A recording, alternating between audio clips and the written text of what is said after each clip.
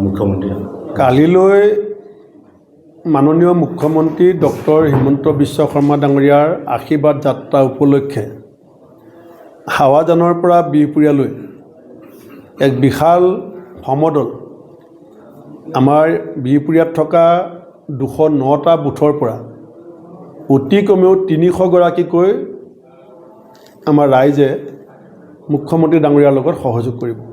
সেইটো হিচাপত আমি অনুমান কৰিছোঁ যে প্ৰায় 60,000 মানুহে কালিলৈ মুখ্যমন্ত্ৰী ডাঙৰীয়াৰ আশীৰ্বাদ যাত্ৰাত জেগাই জেগাই একে জেগাত ইমান মানুহ গোটাবলৈ সুযোগ নাই, কাৰণ তেখেতে ৰাষ্ট্ৰীয় ঘাইপথেদি পাৰ হৈ যাব। গতিকে হাৱাজানৰ পৰা নাৰায়ণপুৰত, বিহপুৰীয়াত জেগাই জেগাই সাংস্কৃতিক অনুষ্ঠান, জেগাই জেগাই সভা, এনেকৈ মুখ্যমন্ত্ৰীগৰাকী আগবাঢ়ি যাব।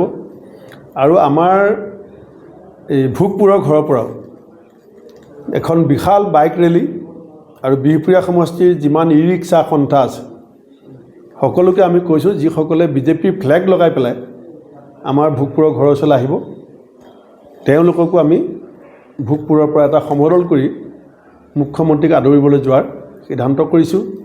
এতিয়ালৈকে আমাৰ ই ৰিক্সা আৰু বাইকৰ সংখ্যা বাঢ়ি বাঢ়ি গৈ আছে আৰু আশা কৰিছোঁ যে ৰাতিলৈকে আমাৰ ইয়াৰ পৰা নাৰায়ণপুৰলৈকে দীঘলীয়া শাৰী হ'ব পৰাকৈ, যাতে লাইনটোৱে ইয়াৰ পৰা নাৰায়ণপুৰ 10 কিলোমিটাৰ হৈ যায়, তেনেকুৱা এটা বাইক ৰেলী আৰু ই ৰিক্সা ৰেলী আমি আয়োজন কৰিবৰ কাৰণে চেষ্টা কৰি আছোঁ। আৰু মই বিহপুৰীয়া সমষ্টিৰ সকলো ৰাইজক মই বিনয়েৰে আহ্বান জনাইছোঁ যে বিকাশ আৰু প্ৰগতিৰ স্বাৰ্থত আমি বিহপুৰীয়াবাসীয়ে, মই বিৰোধিতা কৰি থকাৰ সময়তো বিহপুৰীয়াবাসীয়ে বিজেপিক সংগ দিছে। আমি 50,000 মানুহ একলগ হৈ বিজেপিৰ বিৰুদ্ধে প্ৰতিৰোধ সৃষ্টি কৰাৰ সময়ত বিজেপি ইয়াৰ পৰা বিপুল ভোটত বাৰে বাৰে জিকিছে।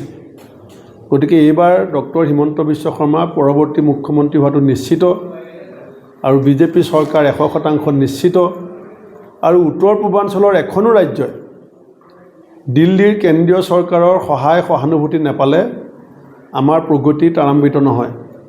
গতিকে দিল্লীৰ কেন্দ্ৰীয় নেতৃত্বৰ লগত অসমৰ মুখ্যমন্ত্ৰীগৰাকীৰ যিটো সৌহাৰ্দ্যমূলক সম্পৰ্ক, উত্তৰ পূৰ্বাঞ্চলৰ এগৰাকী শক্তিশালী নেতা হিচাপে মুখ্যমন্ত্ৰীৰ ৰাষ্ট্ৰীয় ৰাজনীতিৰ যিটো স্থিতি, সেইটো বিহপুৰীয়াবাসীয়ে ৰাজনৈতিকভাৱে পৰিপক্ক বিহপুৰীয়া ৰাইজে ভালকৈ বুজি পায়।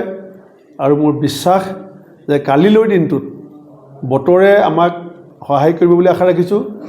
আৰু বতৰে যেতিয়া ভালকৈ সহায় কৰিব, বিহপুৰীয়াবাসীয়ে কাইলৈ প্ৰমাণ কৰি দিব যে বিহপুৰীয়াত বিজেপি অপ্ৰতিৰোধ্য।